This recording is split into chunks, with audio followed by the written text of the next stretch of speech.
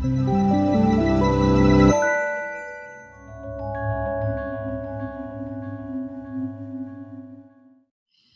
in this lesson, we're going to move on from merging data, and we're going to talk about reshaping data and then trying to plot it.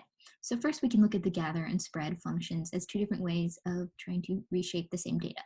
So gather is used for taking wide data and making it long. And I think it's easier if we do this example and see what it turns out. So if we do this, we are taking our merge left data set from the previous lesson, and we're going to be gathering it and arranging it by C code and year. So if we take a look at merge long, we can first see that there's a lot of observations, way more than the other ones. And the reason for that is you can see here, we have a data origin and it has made it long.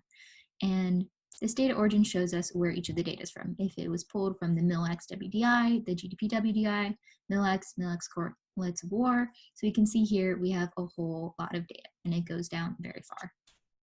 So this is one way of doing it. And if we wanted to do the opposite of that, we could use spread. So we'd be taking our merge long data, which is long, and now we want to make it wide instead. So we're going to test that. We can take a look at the little preview and we can open it. We can see here much more manageable amount of observations, and you can see here that it is looking different and a little bit more wide and definitely a lot less long than our merge long data. And so this is just two different ways of reshaping data. So now we can look at pivot wider and pivot longer. These are just different functions for the gather and spread functions. So pivot longer would replace gather and pivot wider would replace spread.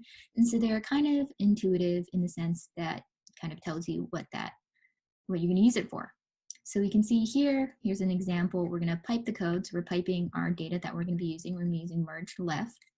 And we're going to be using pivot longer to take the columns that we want to reshape. We want to reshape MILX WDI and correlates of war. And we're going to add in these informations just to help us do this. And we're arranging it by C code and year. And so we're going to run that code. And it has given us the same thing as before. This is just another way of doing gather. And if we want to do merge wide, we can do pivot wider, and it'll give us the same thing as spread had done. It is the same. So you can see here different ways to do the same thing.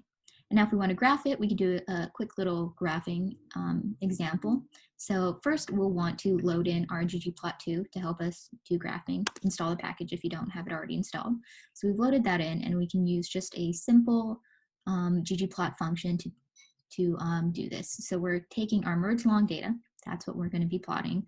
And then we use this code to specify what it's by. So the X will be by year, Y will be by MILX, and we're going to color it by where the data is from, whether it was the MILX, WDI, MILX, correlates of war, so on, so on. We're using GM points because it's going to be points in the graph.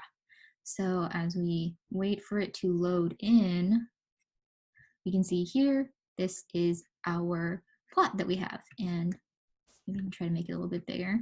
But it shows the plot, and as we see, we have here our MILX and our year, and then all of our data points, and they're all nicely colored. And yeah.